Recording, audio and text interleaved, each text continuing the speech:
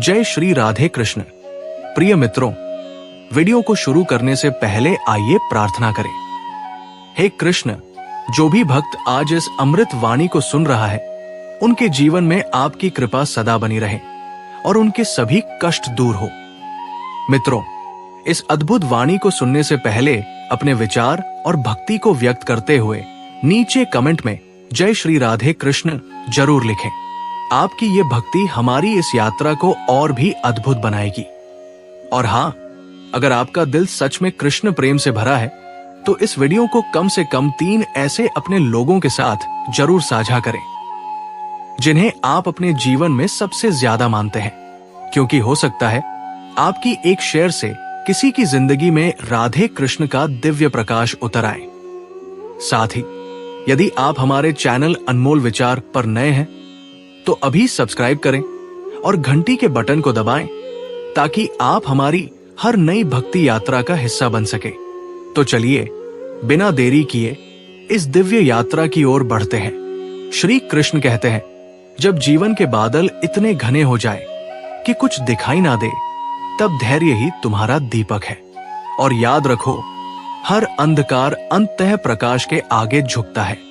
बहुत से लोग इस संसार में ऐसे दौर से गुजरते हैं जब उन्हें लगता है कि अब कुछ बचा ही नहीं है, जैसे जीवन एक अंतहीन रात बन गया हो, जहां ना कोई उम्मीद बची है, ना कोई रास्ता।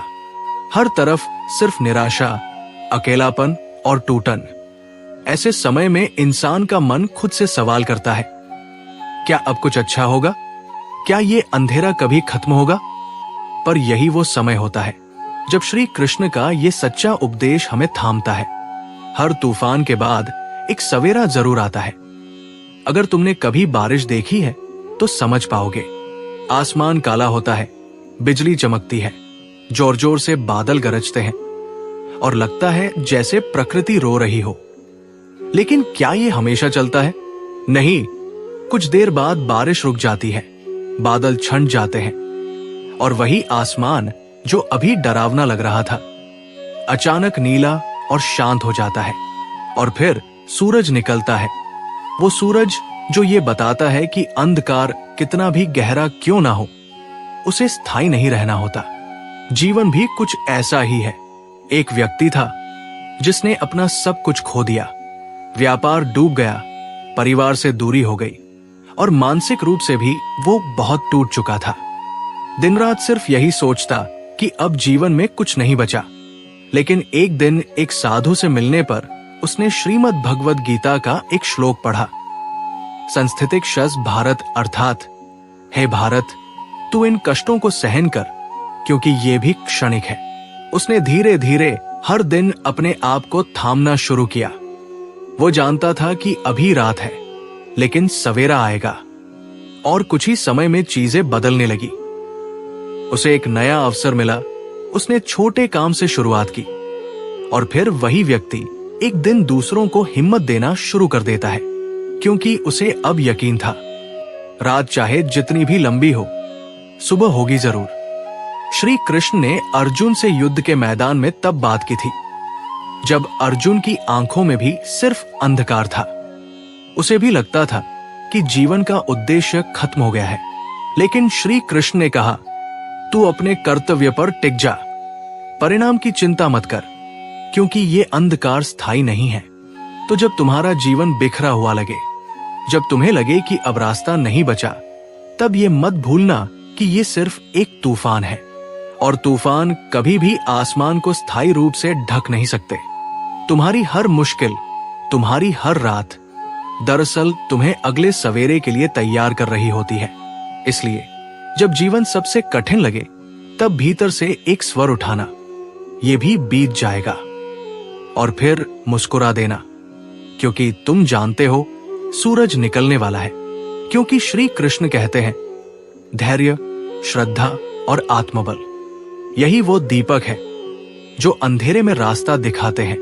सूरज तो तुम्हारे ही भीतर है, बस बादल छंटने की देर है। इसलिए चलो थोड़ा रुके, थोड़ा सहें, पर रुके नहीं, क्योंकि अगली सुबह शायद तुम्हारे जीवन की सबसे खूबसूरत सुबह हो। श्री कृष्ण कहते हैं, जो बिखरता है वही अपने भीतर की गहराई से मिल पाता है। जीवन के घाव आत्मा के सोए हुए बल को जगाते हैं। कभी कभी जीवन ऐसे मोड़ पर लाकर खड़ा कर देता है जहां सब कुछ चूर चूर हो जाता है, रिश्ते टूट जाते हैं, सपने बिखर जाते हैं और हम खुद को किसी टूटे हुए आईने की तरह महसूस करने लगते हैं, जिसमें ना खुद की तस्वीर साफ दिखती है, ना कोई भविष्य। ऐसे समय में यह समझना बहुत कठिन होता है कि जो कुछ हो रहा है वो क्यों हो रहा है। दिल सवाल करता है, मैं ही क्यों? मन चीखता है, क्या मैं इतना कमजोर हूं कि बिखर जाऊं? लेकिन अगर ध्यान से देखो तो जीवन का यही बिखराव तुम्हारा सबसे सुंदर निखार भी बन सकता है। सोचो, मिट्टी के एक साधारण बर्तन को जब वो पहली बार चाक पर चढ़ता है तो उसका कोई आकार नहीं होता। उसे बार बार घुमाया जाता है, दबाया जाता है, उसकी मिट्टी को पीटा जाता है, फिर उसे आग में झोंक दिया जाता है, बहुत तेज आग में। लेकिन जब वो आग से बाहर आता है तब वो साधारण मिट्टी का टुकड़ा नहीं होता, वो एक सुंदर, मजबूत और उपयोगी बर्तन बन जाता है। ऐसे ही जीवन भी हमें आकार देता है, तोड़ता है, मरोड़ता है, कभी कभी आग में डालता है, पर इस प्रक्रिया में वो हमें मजबूत बना रहा होता है। जब इंसान दुख से गुजरता है तब उसमें एक गहराई आती है। जो इंसान टूटा नहीं वो किसी का दर्द क्या समझेगा, लेकिन जिसने खुद गिरकर उठना सीखा है वही किसी और को संबल देना जानता है। जीवन में आए हर बिखराव ने तुम्हें भीतर से परिपक्व बनाया है। हो सकता है आज तुम टूटे हुए हो, पर यही टूटन तुम्हें निखारने वाली है। कई बार लोग कहते हैं, अब मुझसे नहीं होगा, मैं पूरी तरह टूट गया हूं। पर सच्चाई यह है कि जब तुम टूटते हो तब तुम खुद से मिलते हो। पहले जो बाहरी दुनिया से जुड़ा था अब वो भीतर की यात्रा शुरू करता है। तुम सोचते हो, समझते हो और फिर एक नई रोशनी के साथ उठते हो। इस संसार में जितने भी महान लोग हुए हैं उन्होंने जीवन के सबसे अंधेरे दौर में ही अपनी सबसे सुंदर रोशनी पाई है। रामायण में भी सीता मां का अग्नि परीक्षा से गुजरना या महाभारत में द्रौपदी का चीरहरण, ये सब टूटने जैसे ही अनुभव थे, पर इन्हीं अनुभवों ने उन्हें महानता की ऊंचाइयों तक पहुंचाया। आज तुम जिस बुरे वक्त से गुजर रहे हो वो तुम्हारा अंत नहीं है, ये वो प्रक्रिया है जो तुम्हें नया रूप देने के लिए जरूरी है। जैसे सोना अग्नि में तप कर ही चमकता है, वैसे ही इंसान भी जीवन की आग में तप कर ही असली मूल्य पाता है। और जब तुम्हारा ये समय बीत जाएगा, और हां ये बीत जाएगा, तब तुम पीछे मुड़कर देखोगे और कहोगे, शुक्र है कि मैं टूटा था, क्योंकि इसी टूटन ने मुझे वो इंसान बनाया जो मैं आज हूं। तो टूटने से डरो मत, क्योंकि जो टूटता है वही निखरता है। और जीवन का सबसे खूबसूरत रूप अक्सर बिखराव के बाद ही सामने आता है। श्री कृष्ण कहते हैं, जब तुम्हें लगे कि इस संसार में कोई तुम्हारे साथ नहीं है, तब आंखें बंद करके मुझे पुकारना, मैं सदा से तुम्हारे हृदय में हूं। हम सब ने कभी ना कभी वो समय जरूर महसूस किया है जब जीवन में सब कुछ जैसे थम जाता है। जिस पर भरोसा किया था वो पीछे हट जाता है, जिनसे उम्मीद थी वही लोग अनदेखा कर जाते हैं, जिनके साथ सपने देखे थे वही आंखें फेर लेते हैं। और फिर एक ऐसा पल आता है जब इंसान अकेला खड़ा रह जाता है, चारों ओर शून्यता, मन में भारीपन और भविष्य अंधकार में। ऐसे समय में सबसे ज्यादा पीड़ा ये नहीं होती कि लोग चले गए, बल्कि ये कि जिन पर हमने सबसे ज्यादा यकीन किया वे भी चले गए। और तब सवाल उठता है, अब क्या करें, किससे कहें, कौन सुनेगा हमारी बात? यही पर होता है असली मोड़। जब तुम्हारे पास कोई नहीं बचता तब तुम्हें पता चलता है कि जो सबसे बड़ा साथी है वो कभी गया ही नहीं था, वो हमेशा तुम्हारे भीतर ही था। बस तुमने कभी उसकी आवाज को सुना नहीं, क्योंकि जब बाहर की आवाजें बहुत तेज होती हैं तो भीतर की शांति सुनाई नहीं देती। लेकिन जब सब चुप हो जाते हैं, सब दूर हो जाते हैं, तब वही शांति बोलती है, जो ईश्वर की सबसे प्यारी भाषा है। मनुष्य तब तक दूसरों पर निर्भर रहता है जब तक उसके पास विकल्प होते हैं, पर जब विकल्प खत्म हो जाते हैं तब उसे एहसास होता है कि उसका सबसे बड़ा सहारा वह परमात्मा है जो उसे हर सांस के साथ थामे हुए है। जब अर्जुन युद्ध भूमि में अकेले खड़ा था, भाई, गुरु, संबंधी सब सामने खड़े थे, लेकिन कोई भी उसके मन का भार नहीं समझ रहा था। सब मौन थे, लेकिन एक ही आवाज थी जो भीतर तक गई, श्री कृष्ण की। क्योंकि कृष्ण वही होते हैं जो तब बोलते हैं जब कोई और सुनता नहीं। जब सब रिश्ते मौन हो जाते हैं, तब कृष्ण हमें भीतर से पुकारते हैं, और यही तो होता है सच्चा साथ। कभी गौर करना, जब तुम बहुत दुखी होते हो तो तुम्हें किसी इंसान की नहीं, एक अदृश्य शक्ति की जरूरत महसूस होती है। तुम कुछ नहीं बोलते, लेकिन मन अपने आप कहता है, हे भगवान, कुछ कर दो। और तुम्हारी वही पुकार तुम्हें जोड़ देती है उस शक्ति से जो सदा से तुम्हारे साथ थी। ईश्वर दूर नहीं होता, हम ही उसे भूल जाते हैं, और ईश्वर को याद भी तभी करते हैं जब कोई और साथ नहीं होता। इसलिए शायद जीवन ऐसे पल लाता है जब सब दूर चले जाएं, ताकि हम ईश्वर के सबसे पास जा सकें। एक साधु ने कहा था, जो अकेला होता है वही परमात्मा को जान पाता है। क्योंकि जब कोई भी तुम्हें नहीं पकड़ता, तब तुम्हें खुद को थामना पड़ता है, और वहीं पर ईश्वर तुम्हारे हाथ को थाम लेता है।